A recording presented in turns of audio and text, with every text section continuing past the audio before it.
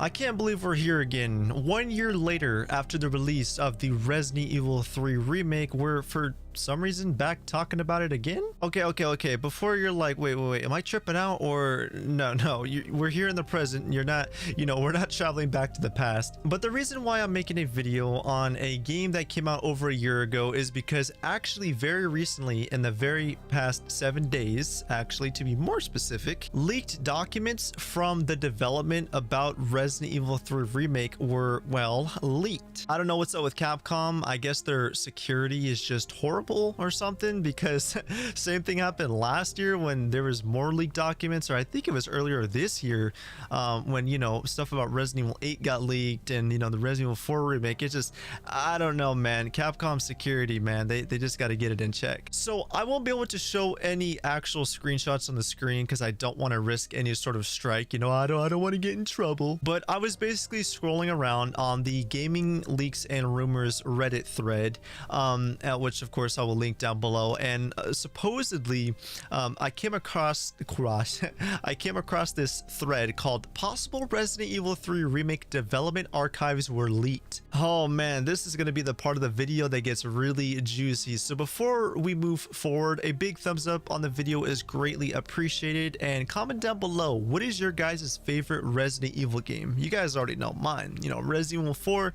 Resident Evil 4 is the GOAT. Okay, so I'm going to try to organize my ideas in my head. I'm going to be showing screenshots on the screen all throughout the video, so don't worry. I'll try to give you some visual representation without, getting in trouble, right?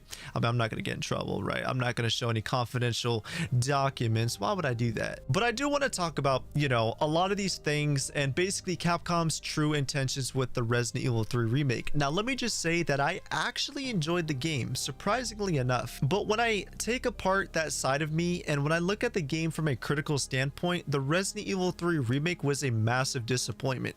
There was cut content, cut areas, cut corners. The Nemesis AI was just terrible. The game did a lot of things better than the original, obviously graphics and sound design and music and things like that, but I still think the original overall is the more definitive experience. But yeah, so basically looking through these documents, there's a lot here. It's a lot to take in, but the biggest thing to take away from this, at least from what I've seen, is a lot of people were defending the Resident Evil 3 remake when it came out. A lot of people were like, no, the game is made how it was supposed to be made, and the gore isn't cut down. I don't know what you guys are talking about. The gore is the same as it was in the Resident Evil 2 remake. And apparently, if all of these documents are true, this all confirms that everything that everyone has been saying about the Resident Evil 3 remake is false. For example, supposedly the gore was toned down in the Resident Evil 3 remake because Capcom wanted to focus more on the online Resident Evil game, Resident Evil Resistance. Long story short, Capcom cut corners. They were a little lazy and they wanted to put more resources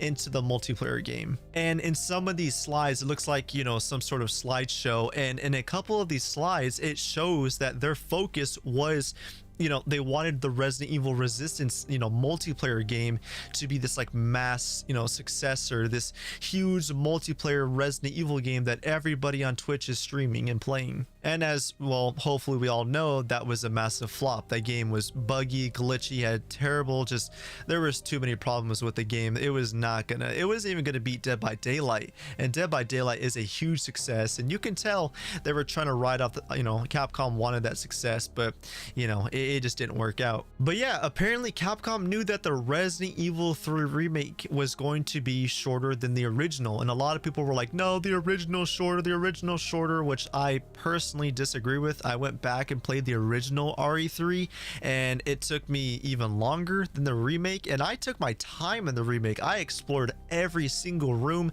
made sure every room was blue on the map, that I collected everything, and it still, I think I beat the game on my first playthrough ever in like 5 hours and like 20 minutes. But this just sucks, man, because look, Resident Evil 3 is one of the best Resident Evil games. It is up there, right? It is a classic. And the fact that the Resident Evil 2 remake was such a huge success, it wasn't perfect, but it was up there and it was a huge success and it deserved that success.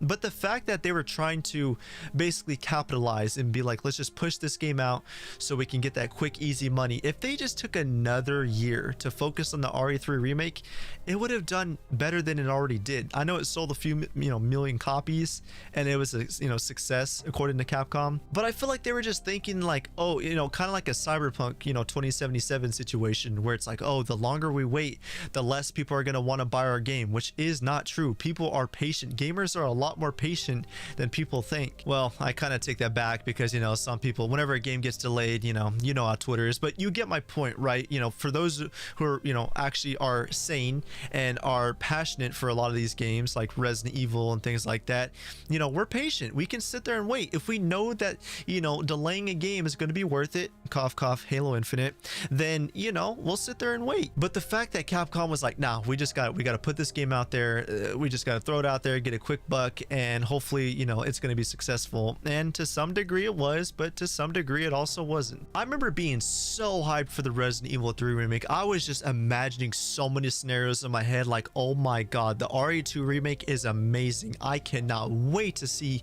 what they do with the RE3 remake. And wow, I remember just, oh my god, I don't even want to talk about it. I remember my first experience playing that game. I beat it and I was like, what did I just play? That was not the game that I was promised. If I can find it, I'll put the screenshot on the screen, but supposedly someone said that Capcom's goal was they actually wanted to sell the RE2 remake and the RE3 remake together. So both games were actually supposed to release together back in 2019, but supposedly the B team who was developing the RE3 remake, they were far behind, so obviously they had to delay it to 2020.